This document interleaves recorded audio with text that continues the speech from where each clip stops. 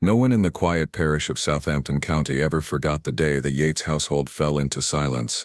An unsettling breath held quiet that seemed to settle over the attic rafters long before the truth emerged. The mistress of the house, Dinah Yates, was known for her rigid manners and iron discipline. But what no one suspected was that behind the locked door at the top of her staircase lived a secret she guarded more fiercely than her own reputation. A young enslaved girl named Dinah, hidden away with Eleanor's two sons for reasons no one could agree on, let alone explain. Neighbors whispered, servants traded glances, and even the boys themselves avoided speaking about the long nights they spent in that cramped attic room. Then came the morning when the lock was broken open and Dinah Yates was found dead. Her body untouched by violence, her expression frozen in a calm that made her death all the more impossible to understand. No wounds, no signs of struggle, no explanation. The mistress insisted it was an accident. The doctor quietly disagreed. And the community, already murmuring about the strange arrangement in the attic, demanded answers. Because whatever happened in that sealed room, it was clear that the truth had been buried far longer than Dinah's body, and that the Yates family's darkest secret was only beginning to surface. The discovery of Dinah Yates hidden in the attic with the mistress's two young sons did not happen in a single moment, as if someone flung open a door and exposed the truth all at once. It unfolded slowly, like a curtain being drawn back by an unseen hand, each small detail slipping out over weeks until even the most oblivious neighbor could no longer deny that something inside the Yates house was terribly wrong. The attic itself had always been a silent place, a wedge of dim air beneath the slanted roof. But lately the servants claimed they heard faint shuffling, a soft thump now and then, or the creak of the boards long after everyone should have been asleep. No one dared ask the mistress why her boys were so often missing when visitors came calling, or why she grew tense whenever anyone lingered too close to the stairs leading upward.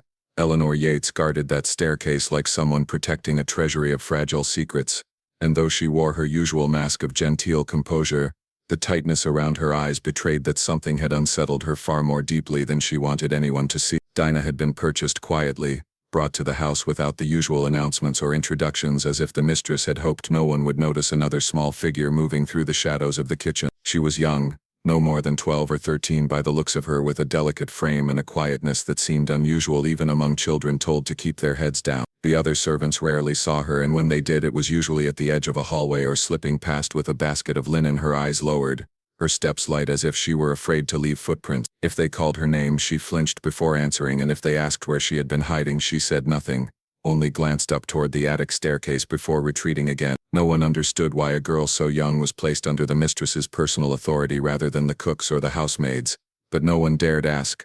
Dinah Yates was not a woman who tolerated questions. The boys, Nathaniel and Thomas, had once been lively, noisy, full of the careless energy that young sons of wealthy families carried like a birthright. Lately, though, they seemed drawn and tired, shadows under their eyes and a strange stiffness in the way they walked around the house. They rarely played outdoors anymore. They whispered to each other constantly, not the mischief-filled murmurs of boys plotting pranks, but hushed, trembling conversations that stopped the moment an adult walked into the room. Their tutors complained they were distracted, often glancing toward the ceiling as though listening for something no one else could hear. More than once the maid found them standing at the foot of the attic stairs, frozen in anxious silence, until the mistress appeared and sharply ordered them away. The first moment of true suspicion came when Miss Harrow, a neighbor known for her relentless curiosity, stopped by unannounced one afternoon. As she chatted with Eleanor in the parlor, her attention was repeatedly pulled toward faint noises drifting from above, light footsteps, a muffled voice, something like a chair being dragged a few inches across the floor. Miss Harrow asked if the boys were playing upstairs, but the mistress replied too quickly, insisting they were outside with their tutor. Her voice was smooth but brittle, and she immediately offered tea, speaking so rapidly that it was clear she wanted to drown out further inquiry. The neighbor left the house with her suspicions sharpened and her lips pressed tightly together, and within a day half the county knew that something strange was happening beneath the Yates roof. For the servants, the truth began to reveal itself in fragments. One night, the housemaid Martha accidentally caught sight of the mistress unlocking the attic door while holding a tray of food. When Martha pretended to walk past without noticing, she glimpsed two small figures inside, their faces pale and worried, and behind them, sitting quietly on a low wooden stool, the girl who had been brought into the household with no explanation at all. Dinah's eyes flicked toward the doorway, and the expression she wore was not fear of punishment but something deeper, as though she were silently pleading for someone to notice what was happening. Eleanor saw Martha's hesitation and snapped the door shut, the sound echoing down the narrow hallway. She dismissed the maid on the spot for lingering where she had no business standing, warning her never to speak of what she had seen. Yet secrets in houses built on strict discipline rarely stay hidden. The cook found clothing far too small for the boys piled near the laundry, skirts and simple dresses that must have belonged to Dinah. The stable hand noticed the boys' increasing reluctance to leave the house, as if they felt they were abandoning someone who depended on their presence. Even the older servants, those who had learned long ago to bury their thoughts, could not ignore the way the mistress flinched whenever someone mentioned the attic, or how she kept the key to that lock tied around her wrist with a strip of ribbon so it would never leave her side. The final sliver of discovery came from Nathaniel himself. One evening he approached the housemaid with trembling hands, asking if she knew how to soothe nightmares. His eyes were red from crying, and his voice wavered as if he feared every word that left his mouth. When she asked what he dreamed of, he shook his head violently, saying it wasn't a dream, that Dinah was scared and they were all locked up there too often, and that he didn't like the dark anymore. Before he could say more, the mistress appeared at the end of the hallway, her expression as cold as a winter stone, and the boy fell silent, shrinking under her gaze. It became impossible to pretend nothing strange was happening.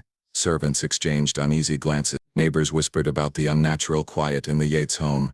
Even the pastor remarked on how rarely the boys attended Sunday services, how their eyes darted like frightened animals when spoken to, how Eleanor's hand tightened around her purse whenever someone praised her son's good behavior. Something was amiss in the attic, something too heavy for the walls to completely hide, and though no one yet understood the extent of the secret, the sense of dread pressing over the household grew thicker with each passing day, as if the attic itself were holding its breath, waiting for the moment when the truth would finally be forced into the open. The community rumors began as faint murmurs passed between women hanging laundry in their yards, or men lingering outside the general store after sundown, but they thickened quickly, gathering weight as more people noticed things that did not sit right with them. The Yates boys, once lively and eager to greet familiar faces, had turned strangely withdrawn. Nathaniel the elder no longer raced ahead when his mother walked through town. Instead, he stayed close to her side, glancing over his shoulder as if he feared something might be following him. Thomas, usually loud and bold, now walked with his hands clenched and his shoulders stiff, like a child listening for footsteps only he could hear. Even from a distance, their unease radiated through the neat, polite facade their mother tried to maintain, and people who had known them since infancy could not help exchanging puzzled looks the moment the family passed by. It was not just their anxious expressions that drew attention. Their sudden absence from the usual places they frequented made people begin to talk. The boys used to spend hours near the creek catching minnows or trading marbles with neighboring children, but for weeks on end they were nowhere to be seen. Families who lived nearby mentioned hearing the boys up at odd hours, sometimes past midnight, their voices drifting through open windows in a frantic whisper that carried down the still, humid air. One neighbor claimed she heard crying coming from the direction of the Yates house, the kind of soft, frightened sobbing children made when they were trying not to be hurt. She told her sister, who told her friend, who mentioned it to the pastor's wife, and within days the entire town understood that something was happening inside that home and that the boys were at the center of it. The more people watched, the more they saw. When the boys climbed into the carriage on the rare days Eleanor took them out, they flinched at sudden noises, and pressed close to each other in a silent, protective huddle. Their eyes carried a hollow look, as though sleep had become something they feared, not something they found comfort. Some of the older townsfolk whispered that they had seen that same expression before during the war in men who had returned from battle and refused to speak of what they had witnessed. What troubled them most was that these expressions belonged not to grown men hardened by violence, but to two boys barely old enough to hold a quill steady.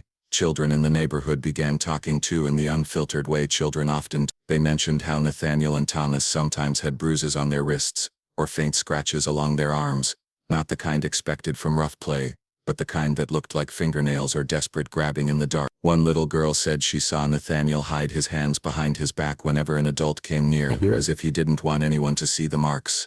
Another child said Thomas had confessed that he didn't like going upstairs anymore, that the attic frightened him, though he refused to say what. Adults brushed off these comments at first, but the repetition of similar stories made it impossible to ignore. Children might exaggerate, but they rarely invent the same fear in perfect unison.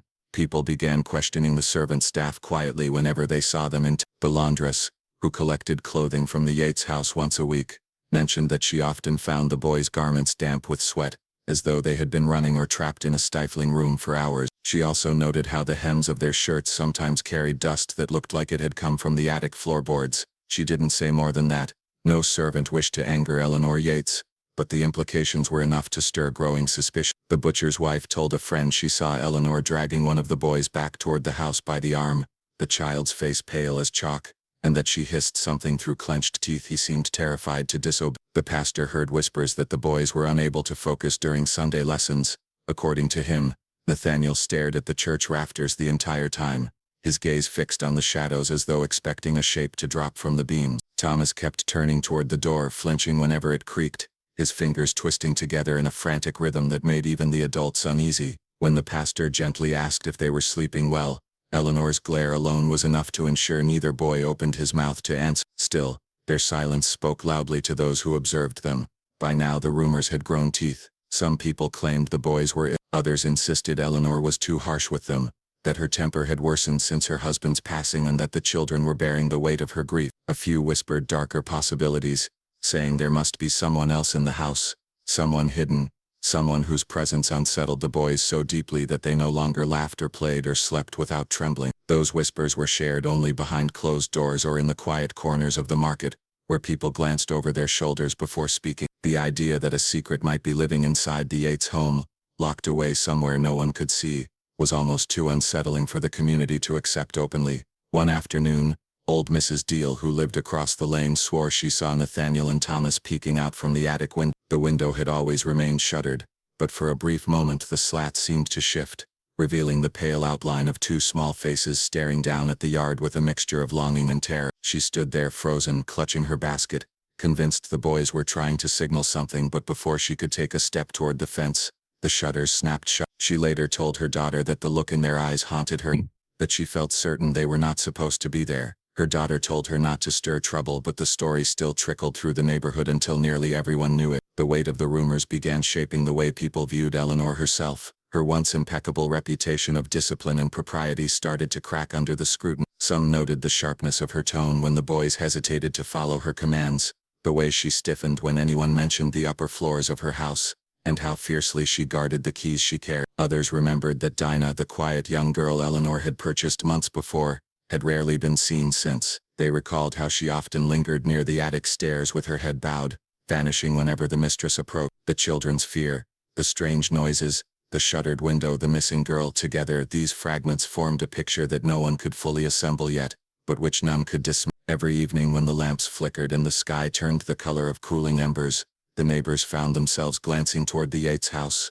watching its dark windows for any sign of movement. They did not know what the boys were enduring, but the tension emanating from that home pressed against the community like a hand against a drum, tightening with every whisper until even the air on the street felt charged with unease, as though everyone sensed a truth too heavy for two young boys to bear on their own. Mistress Eleanor Yates, strict control over the attic door and her fear of anyone approaching it was the first sign to those living in or near her household that the home was not like others in the county. At first it appeared to be a simple quirk, a woman's attachment to a locked space in her house, but as days turned into weeks and weeks into months, the extent of her obsession became frighteningly clear. She carried the key everywhere, dangling it from a chain around her wrist as if it were the lifeline to her very existence. No one dared ask why it was necessary to keep the key so close, and Eleanor would snap or stiffen if anyone so much as glanced at it, her blue eyes narrowing with an intensity that silenced questions before they were even formed. Servants whispered among themselves that her behavior had escalated over the months, her steps toward the attic more hurried, her voice sharper and her gaze constantly scanning for anyone who might linger too long near the staircase. The door itself was a heavy oak-bound barrier that had always been part of the house, but Eleanor treated it as though it were a portal to another world, one she was determined to guard at any cost. She polished the lock and hinges obsessively, wiping the surrounding wood until it gleamed, then checked and double-checked it every morning and evening. If she heard the faintest creak from the floorboards above, she would pause mid-step, listening until the sound faded, her posture rigid, as though she were expecting an intruder to appear from the shadows. Even the children of the household noticed the change. Nathaniel and Thomas flinched whenever the mistress moved toward the attic, hurrying to stay out of her path, whispering in each other's ears about what might be waiting for them behind that door. There was a fear in their eyes that went beyond typical childhood apprehension, a dread born of observing their mother's growing panic and anger whenever the attic was mentioned.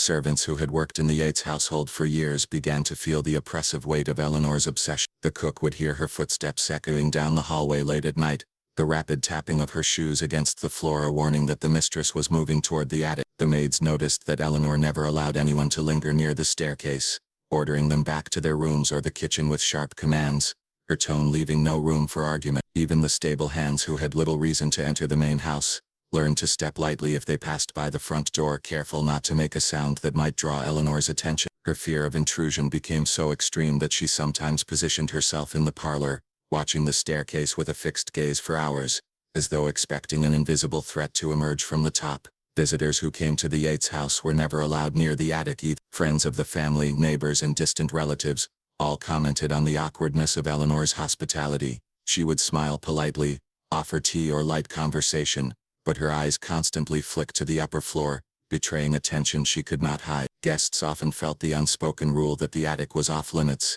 and attempts to inquire about it were met with tight smiles and deflected answers. Some tried subtle approaches, joking about ghosts or attic spirits, but Eleanor's reactions were swift and severe, cutting the humor short and leaving the room charged with an uncomfortable silence. It became known that to ask about the attic was to invite the mistress's wrath, and word of her ferocity spread quickly through the community, further fueling speculation. Eleanor's fear of anyone approaching the attic extended to the children in the household. Nathaniel and Thomas were forbidden from touching the doorknob, let alone stepping foot inside. Any slip of the tongue regarding the space above led to harsh correction, and their eyes learned to drop immediately whenever the door was mentioned. Even the smallest curiosity on their part was met with scolding and punishment, instilling in them a deep ingrained sense of caution. They moved carefully around the staircase, whispering to each other in corners, aware that their mother's control over that space was absolute. There were times when the boys tried to peek through the cracks of the door, catching glimpses of shadows and movement, only to be caught and forced to retreat, their hearts hammering with fear and confusion. The servants too found themselves caught in a web of fear. Martha, the maid who first glimpsed Dinah inside the attic, was threatened with dismissal and worse if she ever spoke of what she had seen. The other staff observed Eleanor's vigilance, learning quickly that the mistress's attachment to the attic was not simply about privacy but about guarding a secret that, if exposed, could ruin her. They moved cautiously, whispering in safe corners and sharing nervous glances, all while performing their duties under the constant awareness that Eleanor's gaze could fall upon them at any moment. The sense of tension in the house became almost tangible, as though the walls themselves carried the weight of Eleanor's fear.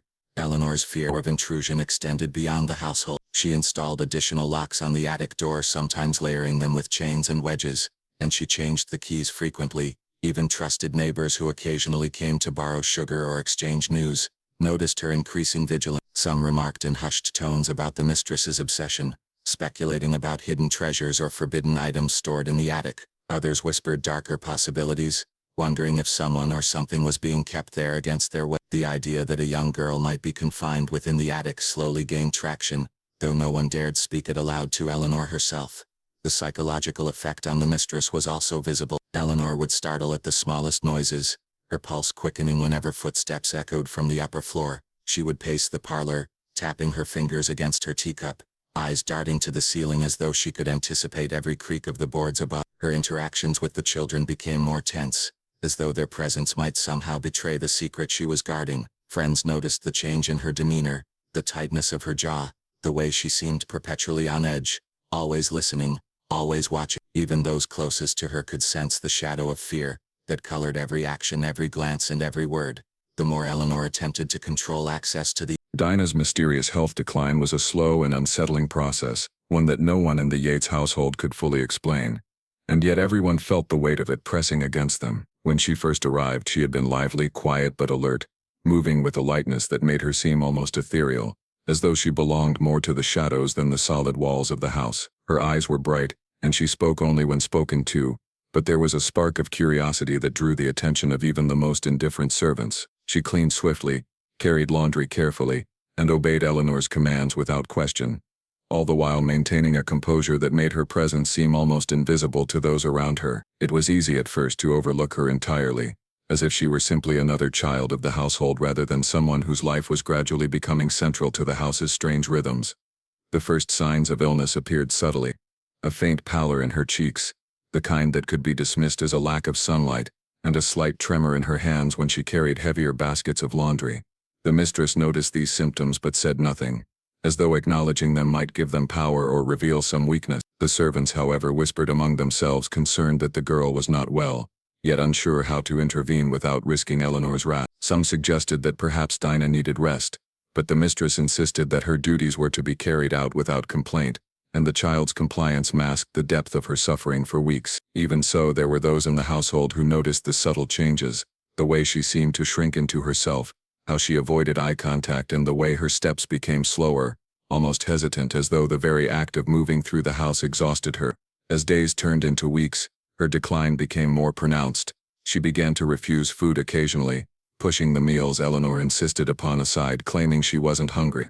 The mistress would scold her, demanding she eat, yet the girl's body responded less and less, as if her own will to survive was being tested against an invisible force. The servants observed the growing weakness, noting how Dinah sometimes paused mid-task, gripping the edge of a table or the banister of the stairs to steady herself. Her breathing would catch, shallow and rapid, and a distant look would settle in her eyes, as if she were seeing something that existed only in another place. This behavior terrified the household staff.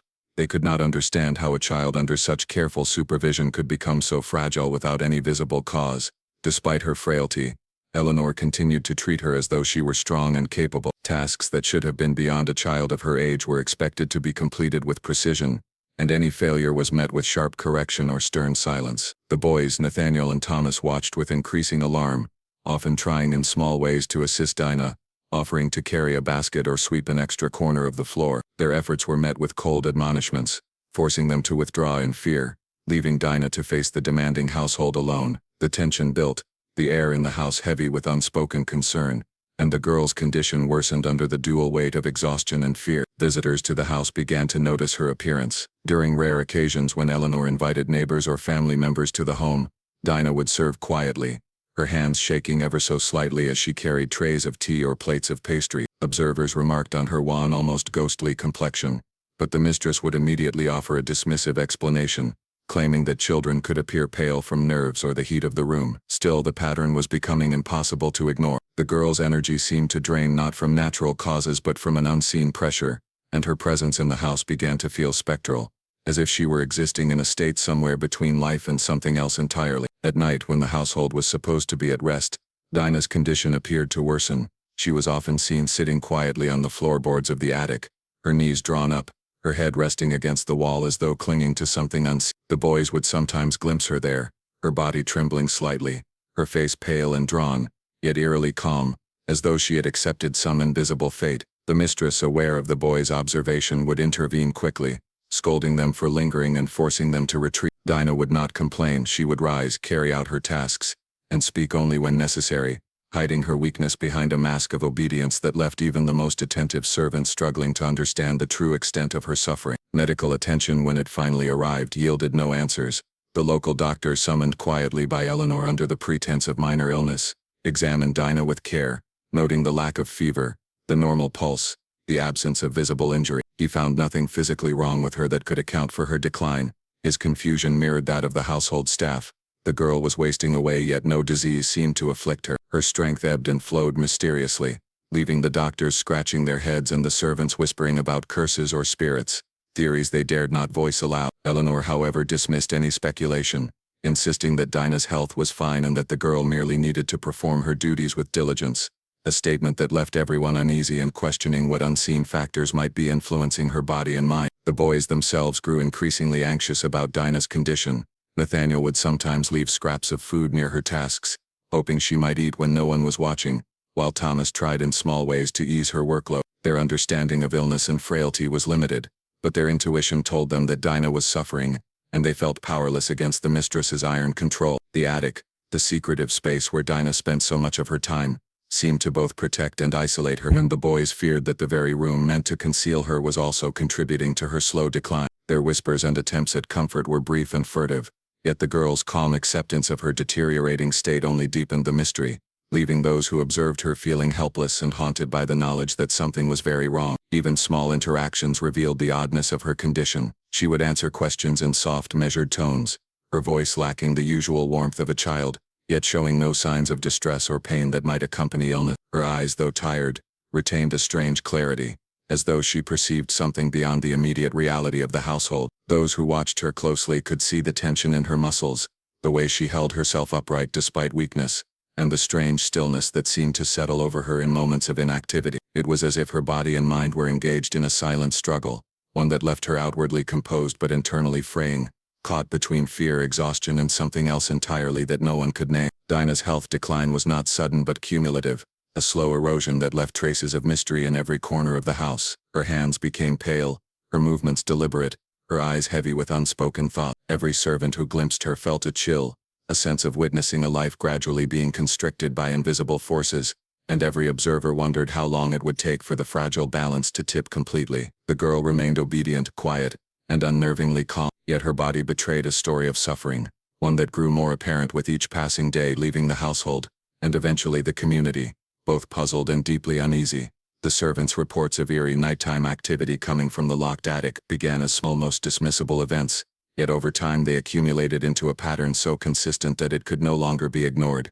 Initially it was a creak here, a soft thump there, subtle enough that any rational person might blame the old house settling or the wind tugging at shutters. The Yates household was large and ancient, its floors and beams prone to groaning, yet the noises seemed purposeful, deliberate, as if someone or something were moving within the attic rather than the house itself shifting. Servants first mentioned it in passing, between quiet chores or while washing dishes, speaking in hushed tones because they knew the mistress's ears were always alert. They spoke of fleeting glimpses of movement, shadows flitting behind the slats of the attic door, and the faint scrape of something heavy being dragged across the floorboards above. The initial explanations were simple: rats, a loose floorboard, or perhaps the wind. But as the nights wore on, these explanations no longer seemed sufficient. At first Martha, the housemaid, tried to ignore the sound. She had worked in the Yates household for years, and knew that ignoring the oddities often spared her unnecessary scrutiny from Eleanor. Yet one night, while drawing water from the kitchen pump, she heard a soft rhythmic tapping coming from above. The sound was steady, too measured to be an accident. She froze, listening intently, her heart hammering against her ribs, and then a faint whisper reached her ears, so low that it could almost have been imagined. She strained to hear the words, catching only fragments. "Please, and don't let them know," before the creaking ceased abruptly. Martha's hands shook as she returned to her chores, the silence afterward feeling heavier than the noises themselves. That night, she could not sleep, imagining the small confined space above her, and the figure that must be trapped within it. Other servants had similar experiences. The cook, whose room was directly beneath the attic, recounted waking to the sound of soft, hurried footsteps pacing back and forth. Sometimes it seemed accompanied by the muted whispering of 2 or 3 voices, voices so quiet that they could not be identified, yet they carried an urgency that made the cook's blood run cold. She described how the sound of a door being opened and closed repeatedly would echo down the halls, even when the actual door to the attic remained securely locked. The repetition, the timing, and the impossibility of reconciling what she heard with the known layout of the house convinced her that the attic held something or someone that the mistress desperately wanted to conceal. Nathaniel and Thomas occasionally glimpsed the activity themselves, although they rarely admitted it aloud. Late at night, the boys would hear the faint scuffing of feet and the soft brush of fabric, sounds that seemed to originate from the ceiling above their heads. At first they thought it was simply a dream, a product of the long hours spent under the mistress's strict watch and the anxiety that clung to them like a second skin. Yet as the noises persisted and became more distinct, they could no longer deny that someone or something was moving in that upper room. They tried to speak to each other about it quietly,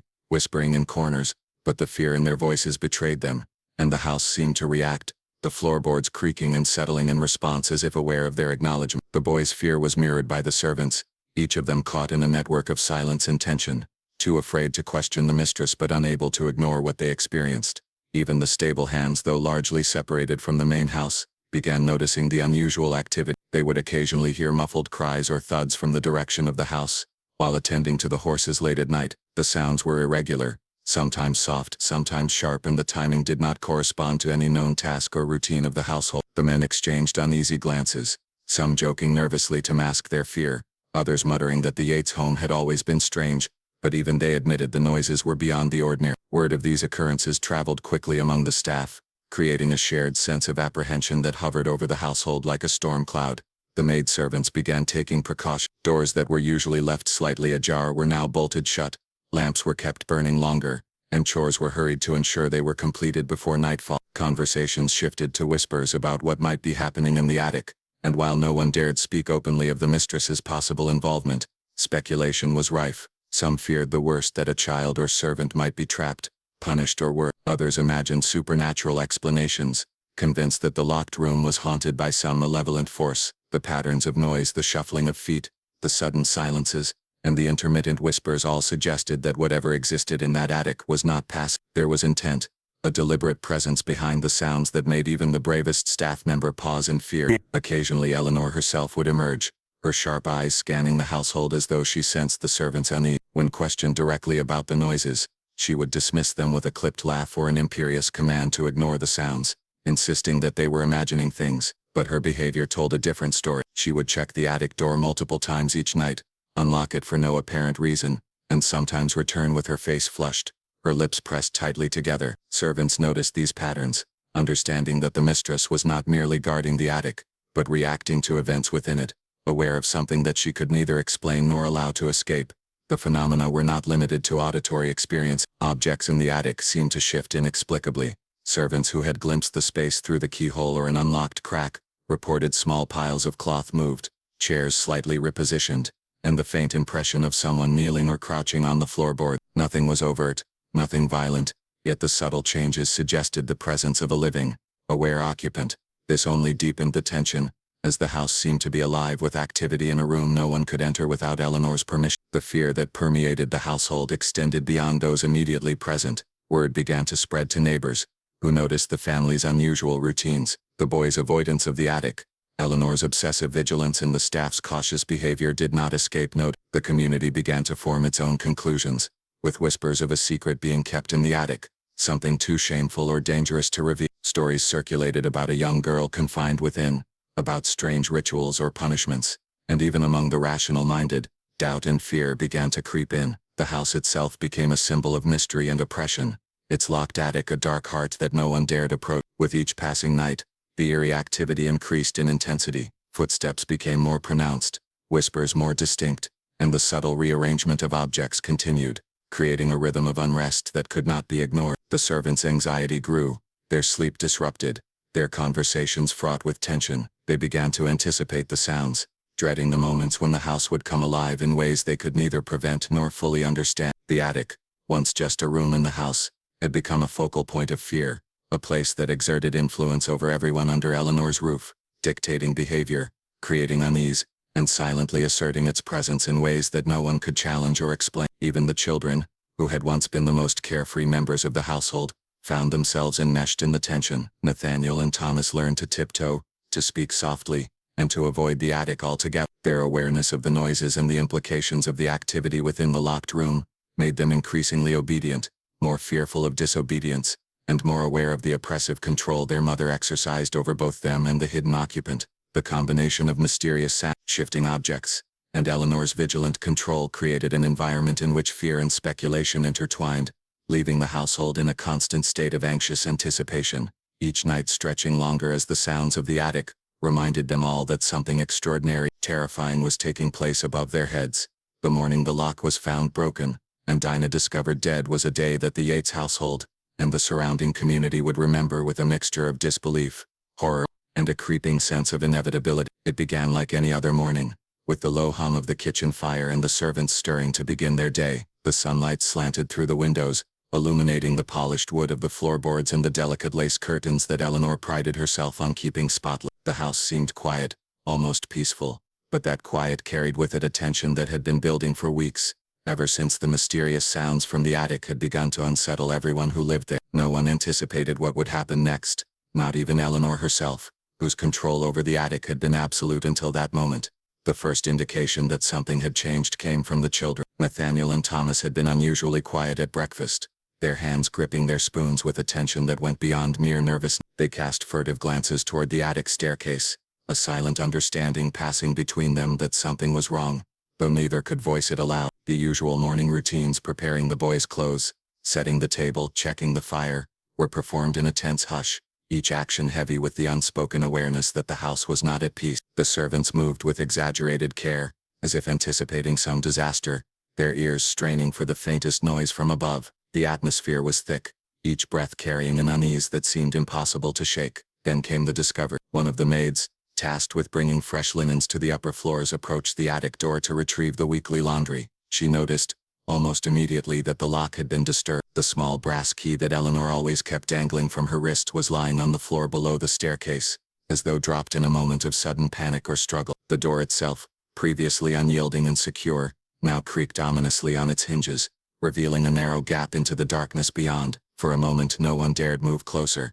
There was a hesitation, A breathless pause in which the implications of the open lock began to sink. The servants exchanged wide-eyed glances, unsure who should speak, who should enter, or if anyone should enter at all. The moment carried the weight of foreboding, as though the house itself were holding its breath in anticipation of what was about to be revealed. Eleanor appeared moments later, summoned by the noise of the key falling or by the anxious whispers of the staff. Her face was pale, her expression taut with controlled fury, and something deeper, an unspoken fear that the fragile balance she had maintained for so long was unraveling. She demanded to know who had touched the door, who had been near the lock and why it was ajar. No one answered immediately. The room was filled with a silence heavier than the sunlit air outside, the servants' eyes flitting nervously between the mistress and the doorway. When Eleanor finally stepped forward herself, unlocking the door with trembling hands, the true horror of the situation was revealed. Dinah was there, lying motionless, her small body curled slightly on the cold attic floor, and around her the boys huddled in silent shock, unable to comprehend what had occurred or how they had failed to prevent it. The scene was surreal. Dinah's face bore no mark of violence, no bruise, no wound, no indication that her death had been caused by any physical attack. Her skin was pale, almost luminous in the morning light, and her eyes, closed in eternal calm, seemed impossibly serene given the circumstance. Nathaniel and Thomas stood frozen, their faces streaked with tears, their bodies rigid with fear, and the servants gaped in. The sudden and mysterious death of Dinah Yates sent shockwaves through the household, and left an impression of disbelief on everyone who later learned of it. Her death was described by those who witnessed or heard about it as impossible, not only because of the circumstances surrounding it, but also because of the timing, location, and the extreme measures of endurance she had already endured. Dinah had survived conditions that would have crushed the body and mind of almost any person, from the oppressive confinement in the attic to the constant psychological torment imposed by her mistress and the unpredictable behavior of the mistress's sons. She had displayed resilience, intelligence, and adaptability that allowed her to navigate a situation that left others powerless. Yet despite all her efforts to survive, death came in a manner that seemed beyond explanation, a tragic culmination of a series of events that no one could fully comprehend. The immediate reactions of those in the household were a mixture of disbelief, horror, and confusion. Staff members, accustomed to witnessing the harsh realities of slavery and the strict discipline imposed by the mistress, could scarcely fathom that a young girl who had survived countless days of punishment could meet such an untimely end. Their initial responses were tinged with fear, guilt, and uncertainty as they questioned what had transpired and whether their own complicity in allowing her confinement had contributed to the tragedy. The household, previously maintained with strict order and appearances, was suddenly thrown into chaos, as the consequences of the mistress's obsession became undeniably real and impossible to ignore. The circumstances of Dinah's death were compounded by the isolated and secretive nature of her confinement. Locked in the attic for extended periods, removed from the awareness of most of the household and the local community, she had endured a combination of physical and psychological stress that few could have imagined. The cramped, poorly ventilated space, combined with the presence of the mistress's sons, created a scenario in which the limits of human endurance were being tested. Dinah's sudden death then was not merely a result of immediate physical trauma, it was the culmination of prolonged deprivation, stress, and the relentless psychological pressure that had dominated her existence. Those who examined the aftermath were left grappling with the interplay of these factors, unable to reconcile how such a young and resilient individual could succumb in such a manner. Reports of the incident often emphasized the impossible nature of Dinah's death, highlighting the disconnect between her known strength and survival skills and the ultimate outcome. Those who had observed her behavior in the attic knew her to be alert, intelligent, and remarkably composed, even under extreme duress. Her capacity to navigate the unpredictable environment, manage interactions with the mistress's sons, and maintain a fragile sense of stability suggested a level of endurance that seemed almost superhuman. The suddenness of her demise therefore struck observers as inconceivable, challenging their understanding of human limits and the impact of extreme conditions on the body and mind. The community's reaction extended beyond mere shock. It quickly evolved into a mixture of speculation, fear, and a grudging acknowledgement of the extreme cruelty Dinah had endured. Word of her death traveled slowly, filtered through gossip, partial accounts, and the whispers of those who had been aware to some extent of her confinement. Neighbors and locals, unfamiliar with the intimate details of the household's dynamics, were confronted with a story that defied explanation and seemed almost unreal. The narrative of a young girl, confined in an attic under impossible conditions, whose life ended suddenly despite her resilience, evoked horror and disbelief in equal measure. It became a story recounted with a mixture of fear and fascination, a cautionary tale that underscored the unpredictable consequences of cruelty and obsession. The investigation, if it could be called that, was limited by both the attitudes of the time and the secrecy maintained by the mistress. Authorities and household members could offer only fragmented accounts, leaving many questions unanswered. How had Dinah managed to endure the confinement for as long as she did? What role had the mistress's sons played, whether intentionally or inadvertently, in the events leading to her death? Could the psychological and physical stress alone account for such a sudden outcome, or was there an element of fate, misfortune, or miscalculation at work? These questions lingered, unresolvable, contributing to the aura of impossibility that surrounded her demise. The broader context of slavery added another layer of complexity to the perception of Dinah's death. In a society where the suffering of enslaved individuals was often normalized, overlooked, or dismissed, the extreme circumstances of her confinement highlighted the extraordinary nature of her ordeal. Her death was not a routine consequence of labor or punishment.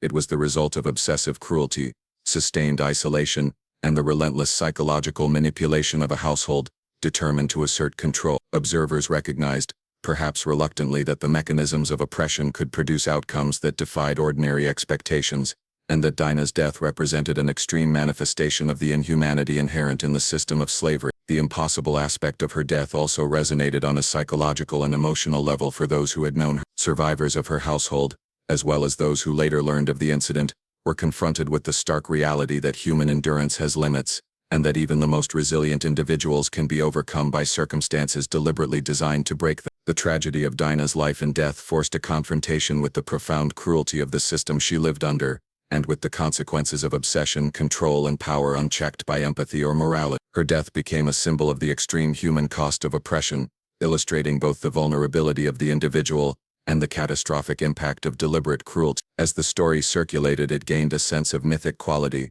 the impossible death becoming a phrase that captured the collective disbelief and horror surrounding the event. Dinah's life and demise were transformed into a cautionary tale, a narrative through which people attempted to make sense of the unimaginable. The juxtaposition of her known intelligence, resilience, and composure with the sudden finality of death created a tension that captivated imaginations and elicited a deep emotional response. Observers were left not only mourning her loss but also grappling with the incomprehensible nature of the circumstances, struggling to reconcile the reality of her suffering with the seeming impossibility of its outcome. Dinah's death, in this sense, served as a reflection of the broader dynamics of the household and society at large. It highlighted the dangers of obsession, the destructive power of cruelty, and the vulnerability of those subjected to extreme forms of control. It underscored the fragility of human endurance when subjected to conditions designed to suppress, punish, and isolate, while simultaneously illustrating the extraordinary resilience that Dinah had exhibited in her struggle to survive. The impossibility of her death was thus both literal and symbolic, a literal reflection of the incomprehensible circumstances and a symbolic representation of the extremes of human cruelty and the precariousness of life under oppression. The tragedy also prompted reflection on the moral responsibility of those around her. Household staff, neighbors, and even the mistress's sons were confronted with the consequences of complicity, inaction, and the normalization of cruelty. Dinah's death forced a reckoning, however partial, with the ethical implications of the environment that allowed such an outcome. The impossibility lay not only in the circumstances of her physical demise, but in the societal structures that permitted her suffering to go unchallenged, highlighting the intersection of individual cruelty and systemic oppression in a stark and undeniable way. Through all these layers, the immediate horror, the psychological impact, the societal implications, and the symbolic resonance, Dinah Yates's death came to embody a profound sense of impossibility. Her life had been one of careful navigation, intelligence, and resilience, yet the forces arrayed against her proved overwhelming in a manner that seemed almost beyond comprehension. Her story,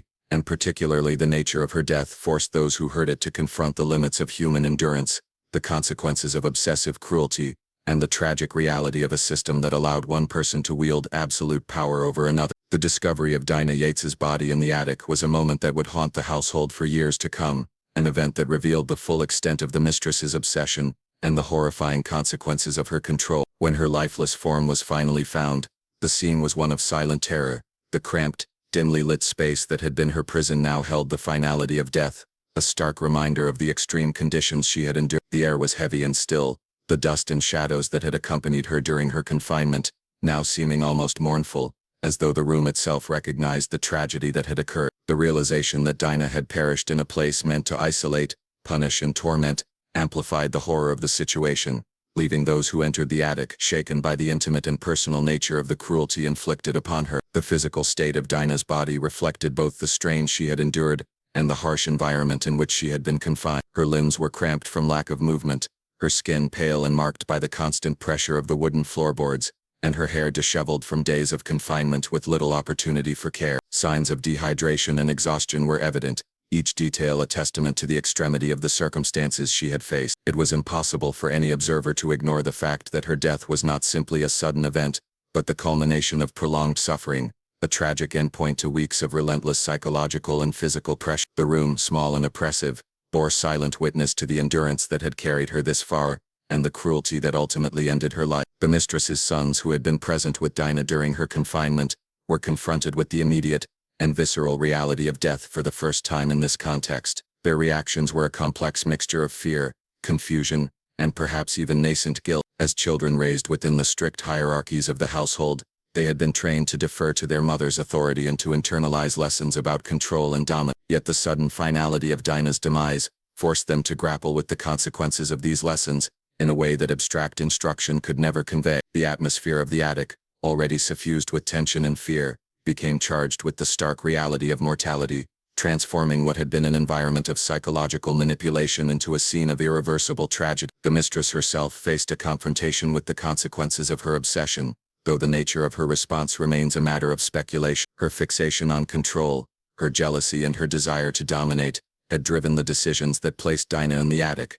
yet the outcome may have surpassed even her intention. The discovery of Dinah's death forced a reckoning with the limits of power and the unintended consequences of extreme cruelty. In attempting to assert absolute authority, the mistress had created a situation in which life and death hung precariously in the balance, ultimately tipping toward the latter. Observers, whether household staff or outsiders who later learned of the incident, could only speculate on her internal reaction, recognizing that the obsessive behavior that had governed Dinah's life had led to an outcome that defied explanation, morality, or reason. The psychological impact of discovering Dinah's body extended beyond immediate shock. For those who had known her, who had witnessed her resilience and intelligence, the scene provoked a profound sense of disbelief and sorrow. Dinah had survived so much, endured conditions that might have crushed even the strongest individual, and yet her life ended under circumstances that seemed both cruel and absurdly improbable. The cognitive dissonance between her known strength and the fragility of her situation created a tension that made the reality of her death difficult to accept. Observers were forced to reconcile admiration for her endurance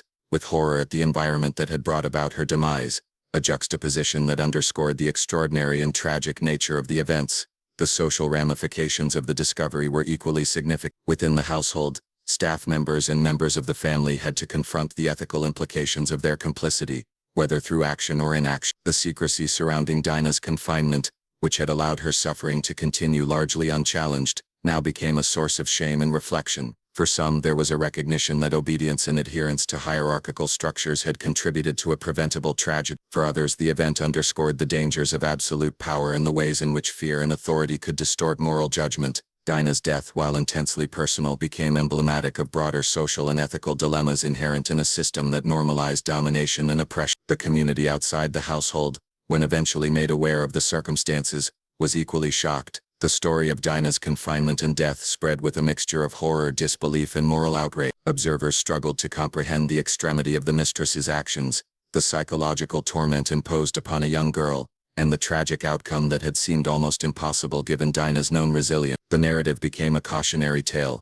highlighting the intersection of obsession, cruelty, and systemic oppression, and reinforcing the idea that unchecked authority could lead to consequences both unpredictable and devastating. Dinah's death in the attic also highlighted the interplay between human psychology and physical conditions. The extended isolation, constant fear, and unpredictable presence of the mistress's sons created an environment in which the body and mind were pushed to extreme limits. The cramped space, poor ventilation, and limited opportunities for sustenance or movement compounded the psychological strain, creating a scenario in which the capacity for endurance, no matter how remarkable, could ultimately be overwhelmed. Her death became a testament to the fragile balance between resilience and vulnerability, illustrating how even the strongest individuals could be undone by a combination of environmental stressors and deliberate cruelty. The scene of Dinah's death carried symbolic weight as well. The attic, once a neutral or utilitarian space, had been transformed into a site of both punishment and observation. The presence of her mistress's sons, the oppressive architecture, and the prolonged isolation all contributed to the narrative of domination and control. In death, the space retained this symbolism, marking the intersection of cruelty, authority and human vulnerability. Those who witnessed the aftermath could not separate the physical reality of her demise from the moral and psychological dimensions of the environment that had shaped it, reinforcing the profound impact of the events that had unfolded there. Witnesses to the discovery often reflected on the impossibility of the death itself. Dinah had survived repeated punishments, oppressive confinement, and constant psychological stress, and yet she had been brought to an end in a manner that defied ordinary understanding. This perception of impossibility was not only literal but emotional and moral. Her life had been marked by endurance, and her death underscored the extremity of the cruelty she had endured. Observers were left to grapple with the unsettling reality that human resilience has limits, and that even extraordinary intelligence and composure cannot always overcome the forces of deliberate oppression. The event, and the discovery of her body, reverberated through time as a story of tragedy, endurance, and cruelty. It became a lens through which the nature of power, authority, and obsession could be examined, revealing the consequences of unchecked domination in a deeply personal and visceral manner. Dinah's life and death illustrated the human cost of obsessive control, the fragility of resilience under extreme conditions, and the profound psychological and moral implications of cruelty enacted within the private confines of a household. Her story became a cautionary narrative, emphasizing both the extraordinary strength of those subjected to oppression, and the devastating consequences of absolute obsessive authority. The aftermath of Dinah Yates's death in the attic created a ripple of shock, fear, and disbelief that extended through the household and beyond, leaving an indelible mark on everyone who learned of it. In the immediate moments following the discovery, there was a tense silence, a collective pause in which the gravity of the situation settled over all who were present. Staff members who had long been accustomed to obedience and rigid hierarchy were forced to confront the enormity of what had occurred. The young girl, whose resilience and composure had allowed her to endure previously unimaginable hardships, was gone, and her death was a stark, tangible reminder of the extreme consequences of unchecked cruelty and obsession. The air in the house, previously structured and orderly, seemed to thicken with tension, as though the walls themselves were absorbing the shock and horror of the event. For those who had witnessed Dinah's endurance during her confinement, the knowledge of her demise was both incomprehensible and terrifying. Her survival instincts, intelligence, and ability to navigate the precarious dynamics of the attic had suggested a capacity for endurance that seemed almost superhuman. Yet even her remarkable resilience had been insufficient against the compounded forces of physical deprivation, psychological torment, and prolonged isolation. The impossibility of her death lay not only in the fact of its occurrence,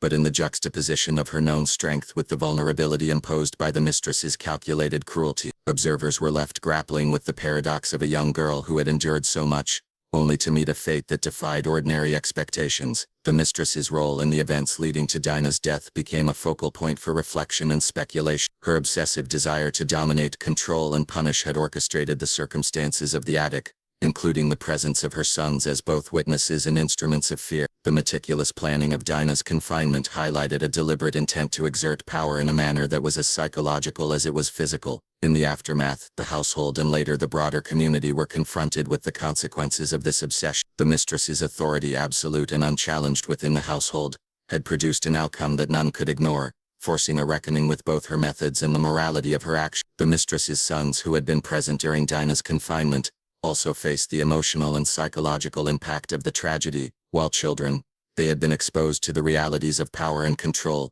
witnessing firsthand the effects of their mother's obsession. The sudden and irreversible nature of Dinah's death confronted them with consequences they may not have fully understood, instilling fear, confusion, and a complex awareness of their own role within the hierarchy of the household. Their participation, whether active or passive, in the environment that produced her demise became a formative experience, shaping their understanding of authority, cruelty, and the weight of human vulnerability. The household staff, long complicit in the maintenance of order and obedience, were left to confront the moral dimensions of their inaction. Their knowledge of Dinah's confinement, whether direct or indirect, made them participants in a chain of events that led to her death. The secrecy surrounding her suffering had insulated them from immediate culpability, yet the discovery of her body forced a confrontation with both ethical responsibility and fear of reprisal. Staff members were left navigating a web of emotions: guilt for having been unable or unwilling to intervene, shock at the extremity of her death, and anxiety about the potential repercussions from the mistress or the community once the details became known. The environment of control and intimidation that had allowed Dinah's confinement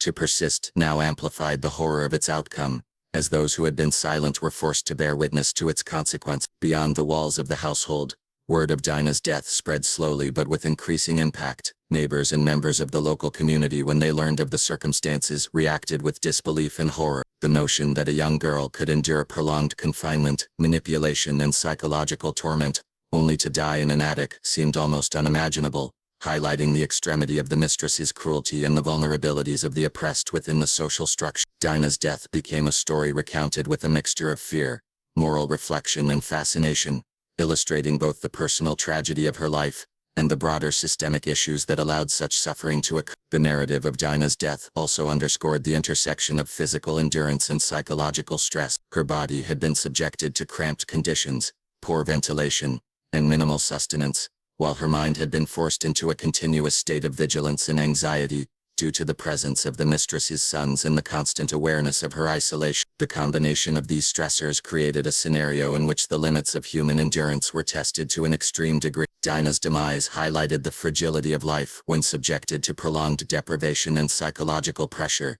emphasizing that resilience, no matter how remarkable, has boundaries that can be exceeded under relentless conditions. The impossible nature of her death extended beyond physical and psychological considerations to include moral and ethical dimensions. Dinah's suffering was orchestrated by an individual who exercised absolute power within the household, exploiting social hierarchies and the compliance of others to enforce a punishment that was as extreme as it was unnecessary. Her demise forced a confrontation with questions of justice, responsibility, and the consequences of unchecked authority. Observers were compelled to consider the moral implications of complicity, obedience, and silence, recognizing that even small acts of inaction can contribute to outcomes of profound tragedy. Within the household, the dynamics following Dinah's death shifted in subtle but significant ways. Staff members, once focused solely on maintaining routine and compliance, were now aware of the consequences of extreme cruelty, witnessing firsthand human cost of obsession and control. Fear of the mistress's reaction was now tempered by a recognition of the fragility of life.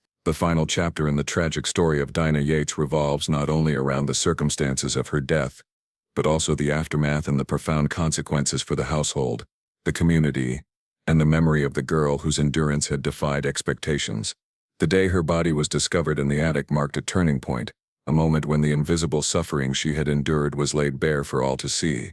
The air in the mansion was heavy with shock, fear, and a somber awareness of the cruelty that had led to such a loss. Staff members who had for years maintained routines dictated by obedience and fear found themselves forced to reckon with the ethical implications of their inaction and the devastating reality that their compliance had contributed to the tragedy. The silent weight of guilt settled over the household, an oppressive presence that mirrored the physical and psychological confinement that had claimed Dinah's life. The mistress, whose obsessive control had orchestrated the events leading to Dinah's death, was confronted with the undeniable consequences of her actions. Her desire to dominate, to punish, and to exert absolute authority had created a scenario in which life and death were balanced precariously on the edge of human endurance. Whether she experienced remorse, anger at the situation, or an attempt to rationalize the outcome is left to speculation, yet the tangible result was inescapable.